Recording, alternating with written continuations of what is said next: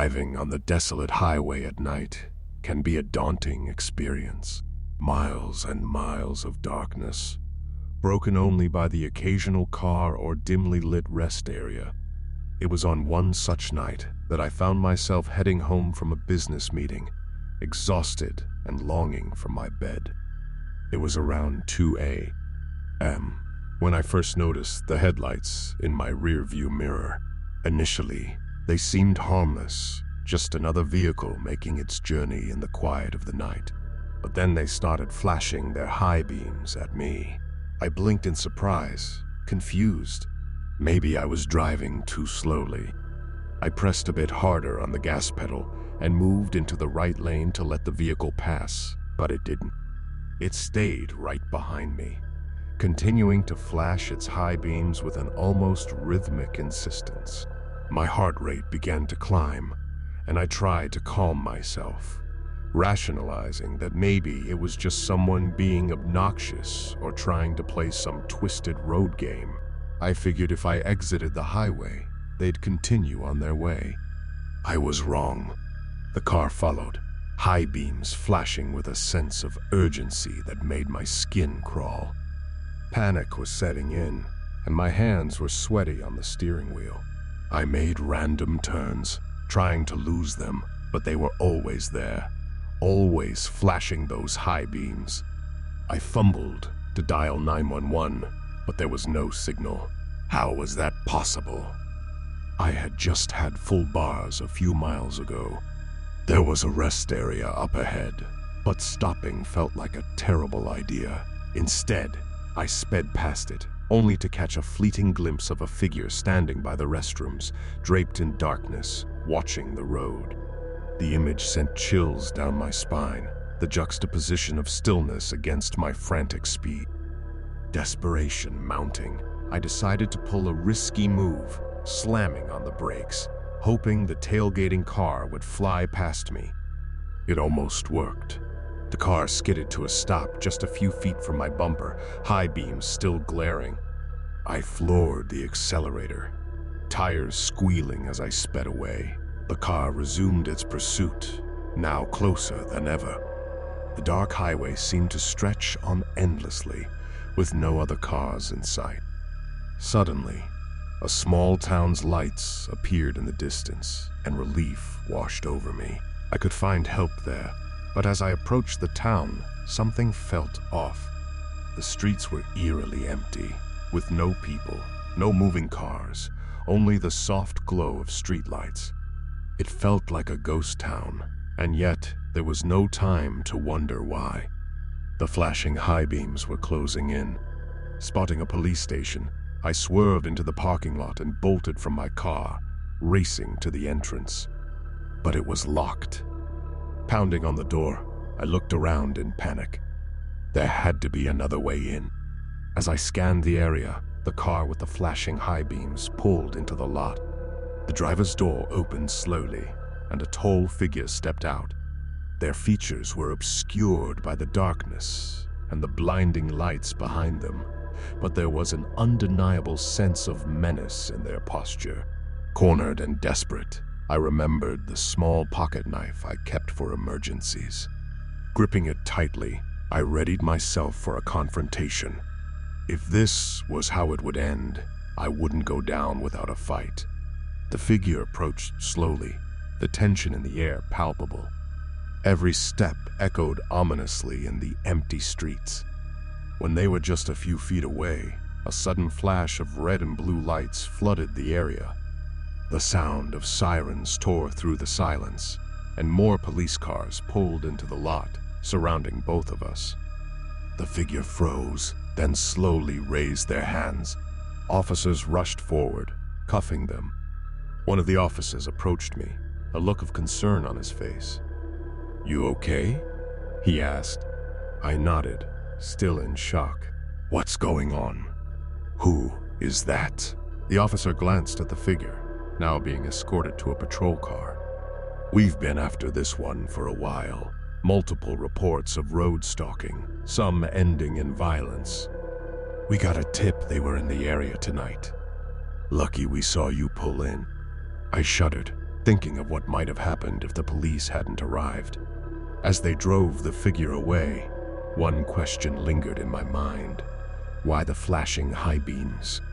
Maybe I'll never know, and perhaps that's for the best.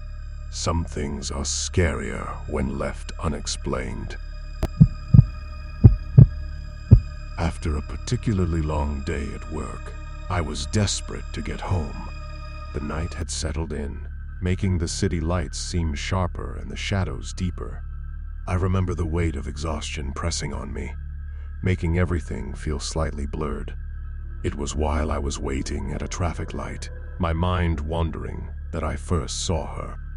My rear-view mirror reflected the face, pale and wide-eyed, of a young woman seated in the back seat of my car.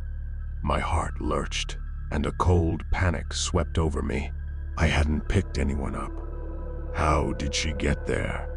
The light turned green, and as cars honked behind me, I drove forward, every instinct urging me to flee. Though I had no idea from what, the figure in the back remained still, her gaze fixed on something far away. My thoughts raced, trying to find a logical explanation.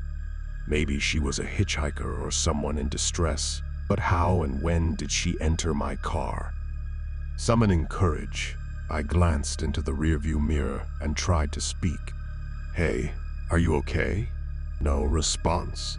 She just sat there, eerily silent, her face hauntingly calm amidst my panic. I decided to pull over at the next gas station, which was well lit with a few people around, safety in numbers, right? However, as I turned into the station and parked, I took another look in the mirror. She was gone. The back seat was empty. My heart was thundering in my chest, and confusion wrapped around my mind. Was I seeing things? Was my exhaustion playing tricks on me? I got out of the car, leaving the door open, and quickly walked into the gas station, hoping to find some semblance of sanity. The attendant behind the counter looked up and gave a nod. "There's someone in my car, or at least I thought there was," I blurted out. He raised an eyebrow.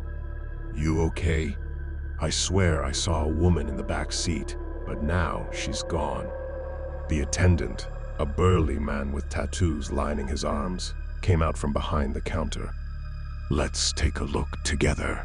We inspected the car, but nothing seemed amiss. No signs of forced entry. No belongings left behind. Nothing. "Long day?" he asked. I nodded, feeling both embarrassed and still deeply unsettled. "Get some rest," he said, trying to be reassuring. "Your mind can play tricks when you're tired."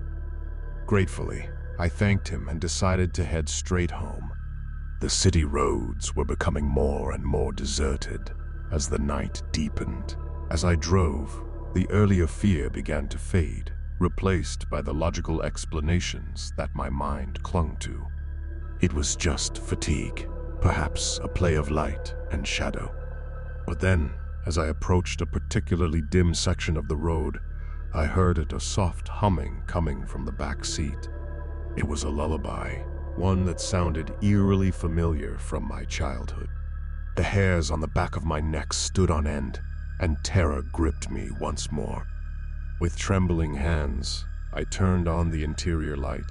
The back seat remained empty, but the humming continued, growing louder, almost drowning out the sound of the engine. Panicking, I sped up, desperate to reach the safety of my home. Every shadow seemed threatening, every sound a menace. The once familiar streets now felt like a labyrinth of terror. When I finally pulled into my driveway, the humming had ceased. I sat there for a moment, gathering my wits, then rushed inside my house without looking back. Once inside, I locked all the doors and windows and curled up on my couch, trying to calm my racing heart. The quiet of the house was both a relief and a torment, as every creak and rustle made me jump.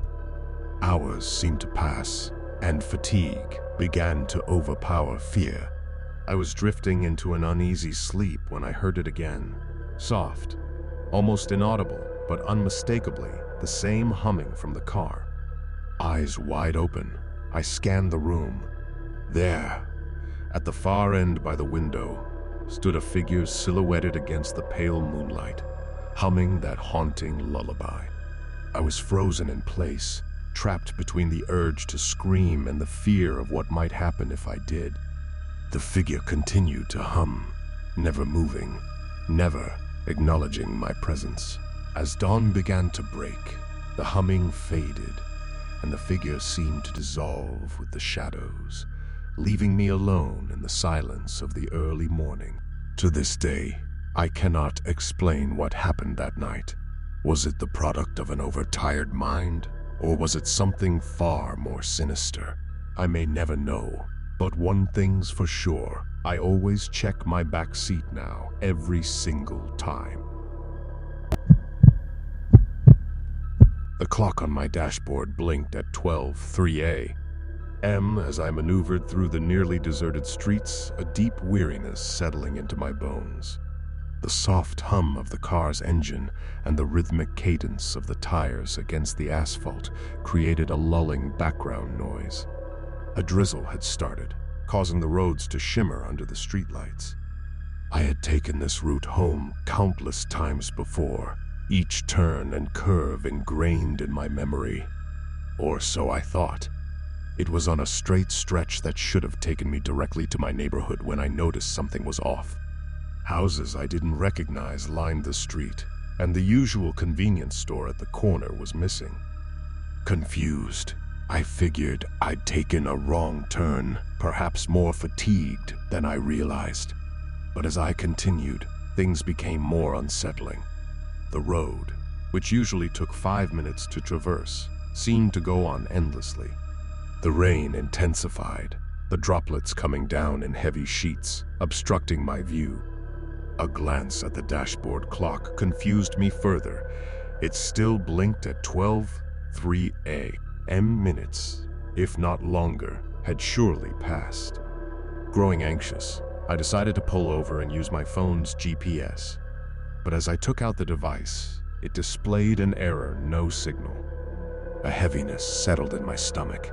I restarted the car, intending to retrace my path and find my way back to familiar territory. But as I drove, the surroundings became even more foreign. Dense woods encroached upon the road, the trees' twisted branches looking like gnarled hands reaching out in the misty rain. Suddenly, the radio, which had been off, crackled to life. Static filled the car, followed by an old-timey song that sounded like it was from the 1940s. The singer's voice wavered, singing of lost love and time that couldn't be reclaimed. I fumbled to turn it off, but the dials didn't respond. The voice grew louder, more insistent, as if imploring me to listen. A flash of movement caught my eye up ahead.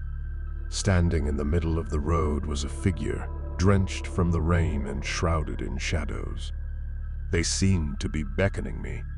Slamming on the brakes, my heart raced as I tried to comprehend what I was seeing. The figure neither advanced nor retreated.